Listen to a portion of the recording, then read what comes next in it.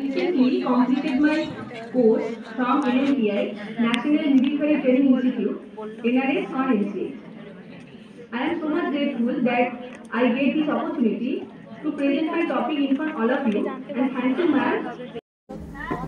I recently completed my course from NMTI, National Midwifery Training Institute, NRS on NCH.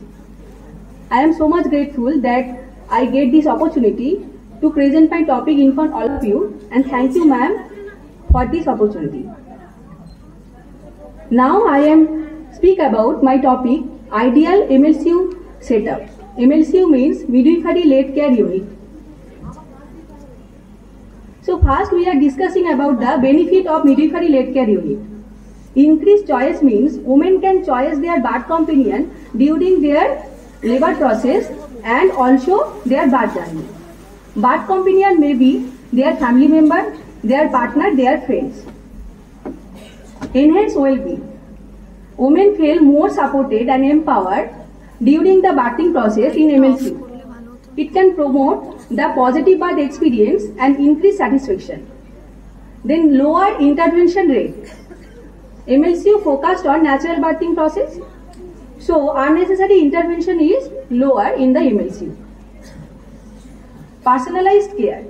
Individual mother have individual need and preference. So midwife can provide individualized care to all women. Then lower medical and surgical intervention rate. MLCU tends to lower rates of medical and surgical intervention like cesarean section, epidural and induction. Improve mother satisfaction. Women in MLCU report high satisfaction rate. I give you one example. When we are posted in MLCU NRS, we are 35 midwife. Data shows that at that time cesarean section is lower. And also we are prepare a feedback khata where patient or mother can read their satisfaction level and experience in their birthing process. So if you read this book or khata, you can see the happiness of the woman.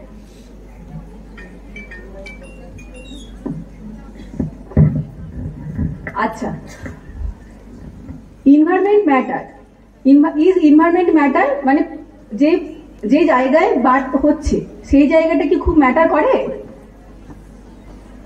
আসলে খুব matter করে, কারণ যদি পরিবেশটা favourable হয়, smooth হয়, যদি যেমন বার্থ করার যে পজিশন সেটা যদি পরিবেশটা আমাদের দেয়, তাহলে কিন্তু ন্যাচারাল বার্থিং প্রসেসটা খুব স্মুথ হবে।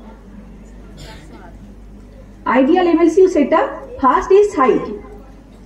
আমরা যখন কোনো লেবার রুমে ঢুকি তখন আমরা কি দেখি?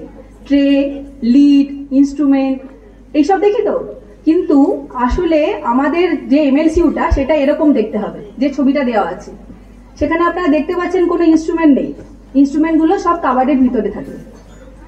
শুধুমাত্র একটা হোম লাইক স্ট্রাকচার দেওয়া আছে, যেখানে একটা বেড আছে, বার্থিং বল আছে, পিনাট বল আছে, রিবোজো আছে, কার্টেন, চেয়ার এগুলো আছে। মা যখন এখানে ঢুকবে তখন তার মনে হবে যেন একটা ঘরের মধ্যেই আছে, হসপিটালের মধ্যে নেই। আমাদের সেই পরিবেশটাই ওনাকে দিতে হবে। তারপরে ক্লিনলিনেস তো মেনটেন করতেই হবে। রেসপেক্টফুল ট্রিটমেন্ট মানে শুধু মাকে নয়, যে বাচ্চা হচ্ছে তার রেসপেক্টের কথাও আমাদের খেয়াল রাখতে হবে।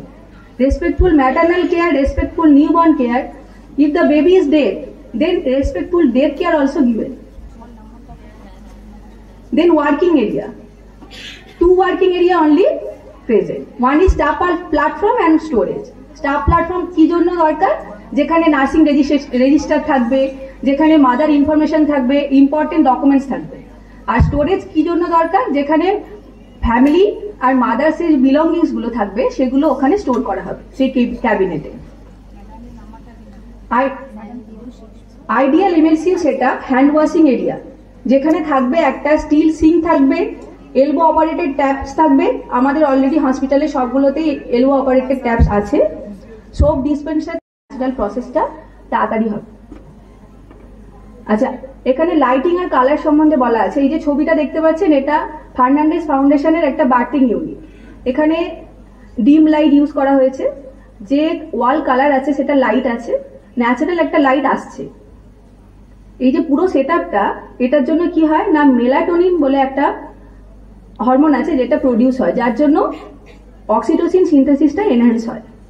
তাই এই যে প্রসেসটা অক্সিটোসিন ইনক্রিজ করার জন্য বডিতে, তার জন্য কি হবে, আমাদের যে ন্যাচারাল প্রসেসটা সেটাও ইনক্রিজ হবে। তাই ন্যাচারাল বার্থিং প্রসেসটা তখনই ইমপ্রুভ হবে।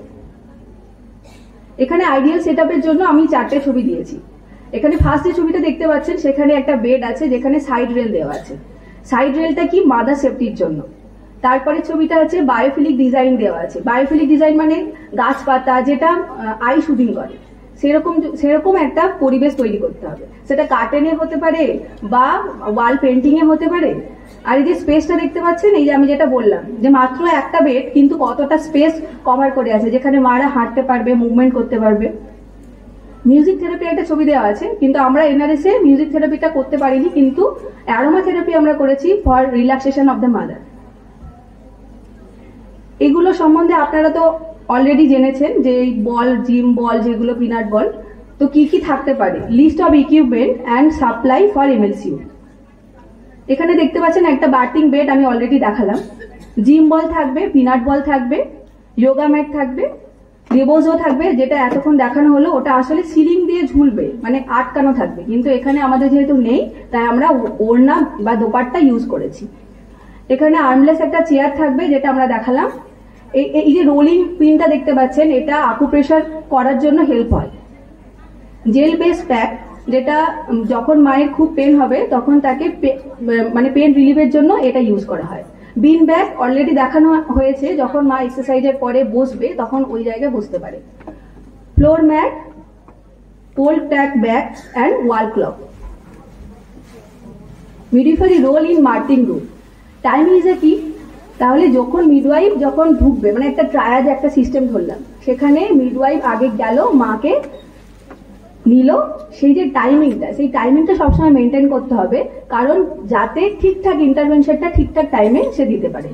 ইমোশনাল সাপোর্ট সবসময়, অ্যান্টিনেটাল, পোস্টনেটাল, ইন্টারনেটাল, এই গোটা পিরিয়ডে মিডওয়াইফকে ইমোশনাল সাপোর্ট দিতে হবে মাদারকে, যাতে সে নিজে শক্তি পায়, যাতে ন্যাচারাল বার্থিং প্রসেসটা ন্যাচারালি হয়। তাদের আমাদের ইমোশনাল সাপোর্ট দিতে হবে। তাদের যদি ধরুন প্রত্যেকটা মা, মানে কোনো হাই রিস্ক মা হয়তো লো রিস্ক না হতে পারে, কিন্তু লো রিস্ক মা হাই রিস্ক হতে পারে, কিন্তু আমাদের কন্টিনিউটি কেয়ার দিতে হবে।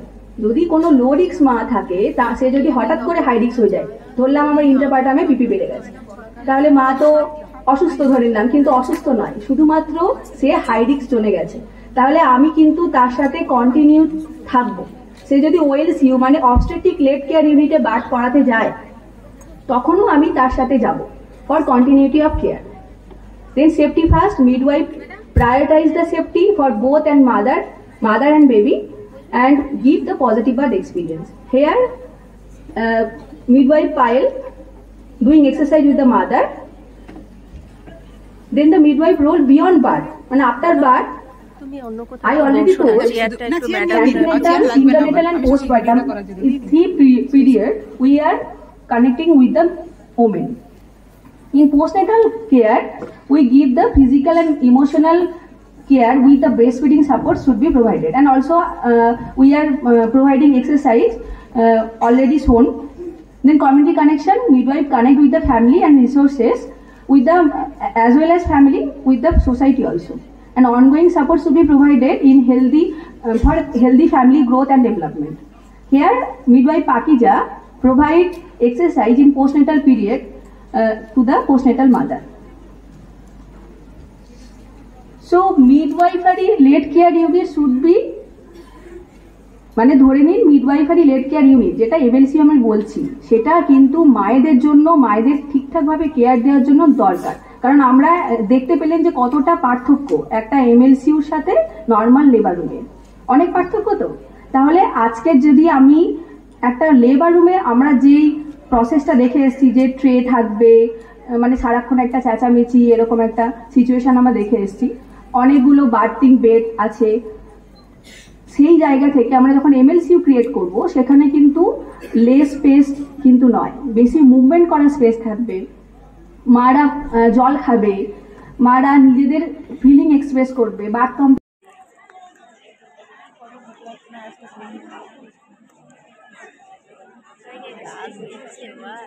হ্যাঁ বুঝতে পেরেছি।